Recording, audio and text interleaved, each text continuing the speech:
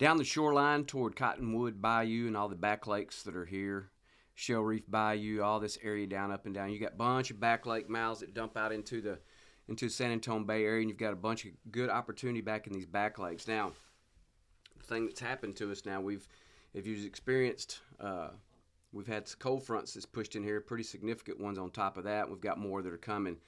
So that's going to change pretty much your fishing no matter where you're at and what you're doing and how you're approaching stuff. So you got to take all that stuff into consideration. Safety is a big deal.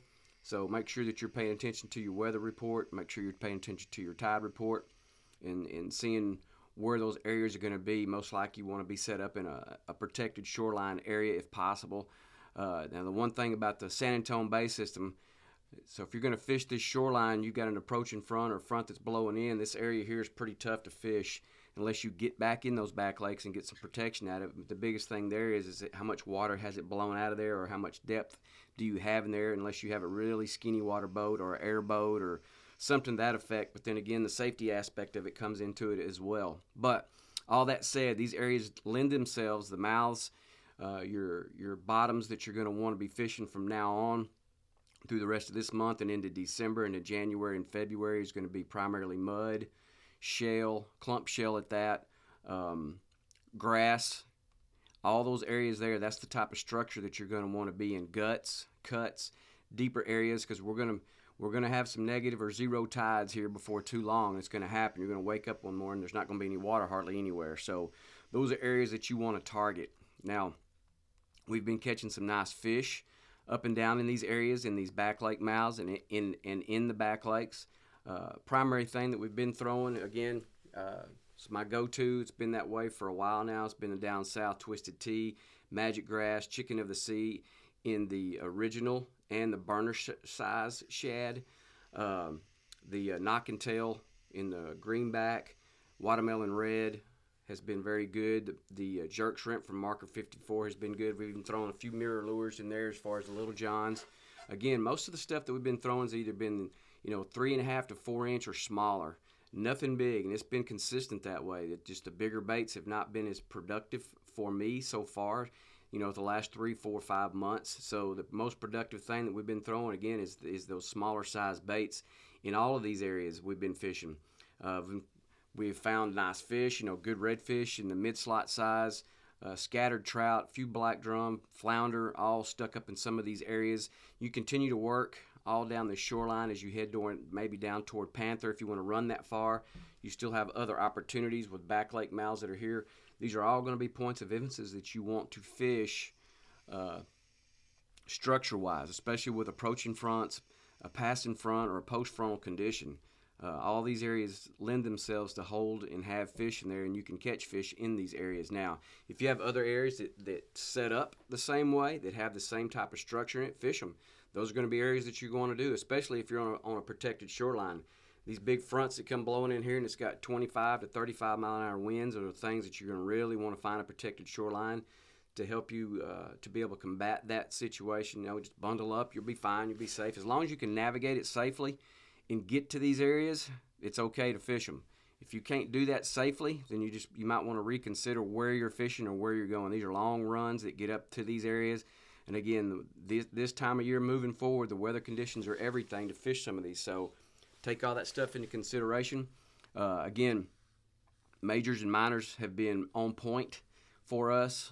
Throwing artificials, again, this time of year moving forward, the artificial game gets better and better with each passing day, each passing front as it gets cooler and colder. We have colder weather ahead of us, so that's going to change the temperatures of the water. So take all that stuff into consideration. It's a big factor. That's why I tell you about this types of different structure, because that's where fish are going to be primarily. Again, the majors and minors have been very productive for us in and around those bite frames. Outside of that, we're scratching them out. But again, if you can set yourself up, get somewhere 20, 30, 40 minutes before a major or minor kicks in, you fish it completely through that time frame, you will set yourself up to have a productive day. Again, look in these areas, using those particular baits, and keep the safety factor in mind as we have approaching fronts coming. Over in Carlos, against this far shoreline, just down from Dunham Island, all this area down here against the back, close to the ICW side. So again, so talked about in the last little video there the approaching fronts that we have had, the ones that we're going to be having that are coming. Uh, this area right through here, when you've got that big strong northern that's coming blowing in here, this sets up really well for that. Gives you a nice protected shoreline because that whole area there, all the way down to this curve, the little cove that's down here up the point, and on the back side in here as you head into Dunham and this flat that's back there. That's the area that you really kind of want to focus on, areas like that. When you have, a northeast wind that's going to be blowing in here pretty strong, you want to find protected shorelines that lend themselves to be able to hold you fish. This is one of these areas that in here you got the old ICW that cuts through there. You've got a lot of scattered shell bars that are through that, but you got deep water access for these fish that they can dive off in there when that water temp starts to drop. It starts getting in the low 60s, high 50s, which that's something that I would anticipate after these next couple of fronts that are going to be coming through for several days. We're going to have cooler weather that's going to change the water temp. So you must adjust accordingly to that. So when that happens, you want to fish, it's just kind of a rule of thumb for you to think about is you want to fish when you got colder water, colder time frame, is you want to fish your deeper water early, shallow water late. Shallow water heats up and cools off faster, so you want to make sure that you give that shallow water an opportunity to heat up.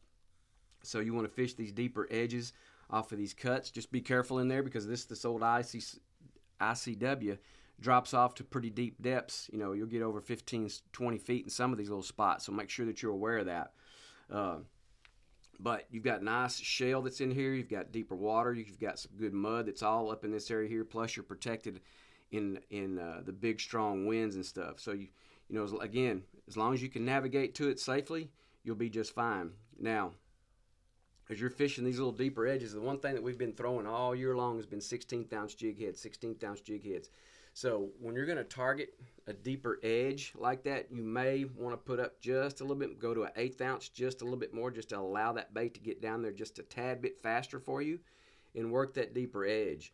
You're working, depending on the water temp, if you're working in, mid 60s or less degree water, and you get right there on the edge of that thing and you're, fishing 8 to 10 foot of water, then that little extra little bit of weight will help get that bait down in there again. Now, that said, again, we're throwing smaller baits, 4-inch or less, the Down South Originals, the Knock and Tail, Jerk Shrimp by Marker 54, Mirror Lures, all those baits, the Double D, all those baits have been very productive at different given times. But once you kind of pay attention to what your water temps are and what your wind is doing, fish this edge here because those fish are going to be hanging off that deeper edge like that now. Again, you got to have stuff that's in place for you that you can stack in your favor. Bait fish that's working primarily in that area. If you've got some nice mud, shell that's around there close, adjacent to it, that's what you really want so you can attack that flat later in the day as that thing warms up. Depending on what our weather temps become with these fronts that are coming, again, the artificial game is king this time of year. You can be very, very productive with that, and it's something that you're wanting to do or wanting to learn. This is the time frame to do it. So work these edges all up and down this area here. Again, fish will patternize, so pay attention to what's going on. If you see them hugged up close or hugged up deeper or fishing edges or guts or cuts, then think about your next location that you're going to that's going to mimic that same type of thing so that you can go and don't waste your time just kind of searching. If you find your fish hanging in those types of areas, then think about that on the next one. Then when you go to hit it, then you should find your fish in the same type of area. So again, majors and minors have been on point. Make sure that you incorporate those into your fishing day, especially on these cooler and colder days, and you will have a productive day. Turtle Pen, Copano Creek, Shell Point, this whole little cove up in here. Now, the one thing about fishing Copano, when you got an approaching front or have a northern that blows in here, Copano gets really rough. If you fished it enough, you should know that, and you are aware of that. So it can be really difficult to get back to this area. But if you'll take your time and just be smart about how you run back in there, you can get back to it and it won't be a problem.